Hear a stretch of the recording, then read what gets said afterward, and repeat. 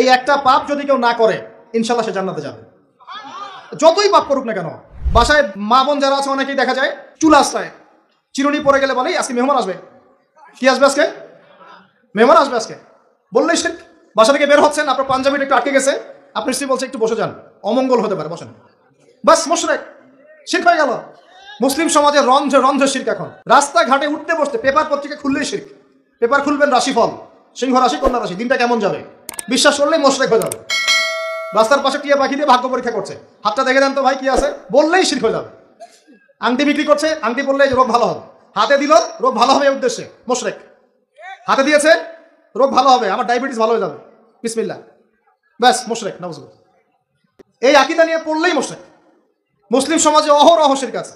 আর আবু জাহেলের যুগে কি ছিল ভাই? আবু জাহেলের যুগে অনেকদিন বলেছি মেজর 5টা সমস্যা ছিল। কয়টা?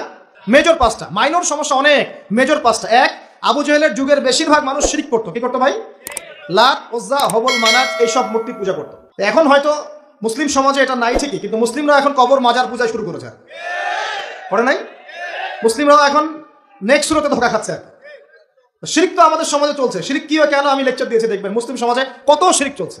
আবু জাহেলের যুগে শিরক ছিল, এগুলো বলতে থাকলে এটা নিয়ে আলোচনা করতে হবে। আলোচনার টপিক আমার আজকে অন্যরকম। আবু জাহেলের যুগে কি ছিল ভাই? শিরক ছিল, সমাজে রন্ধ্রে রন্ধ্রে শিরক ছিল।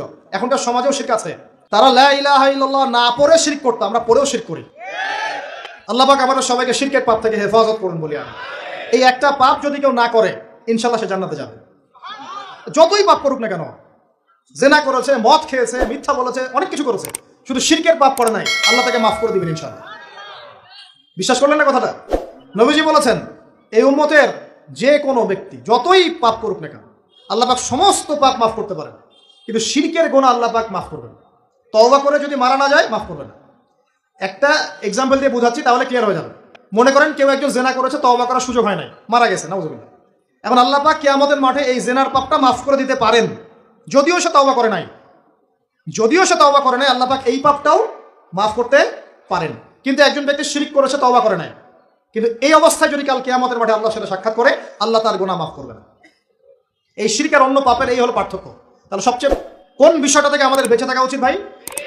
শিরক কিও কেন, একটা বই পাওয়া যায়, কিনে নেবেন। কিতাবুত তাওহীদ একটা বই আছে, পড়ে নেবেন। কোরআন সুন্নাহর আলোকে বিশুদ্ধ আকীদা, এরকম অনেক বই পাওয়া যায়। আর আকীদা সংক্রান্ত একটা অনবদ্য বই হলো আল আকীদা আত-তাহাওয়িয়া। এই 4টা 5টা বই পড়লে আপনার শিরকের কনসেপ্ট ক্লিয়ার হয়ে যাবে ইনশাআল্লাহ। আল্লাহ পাক আমাদেরকে পড়াশোনা করার তৌফিক দান।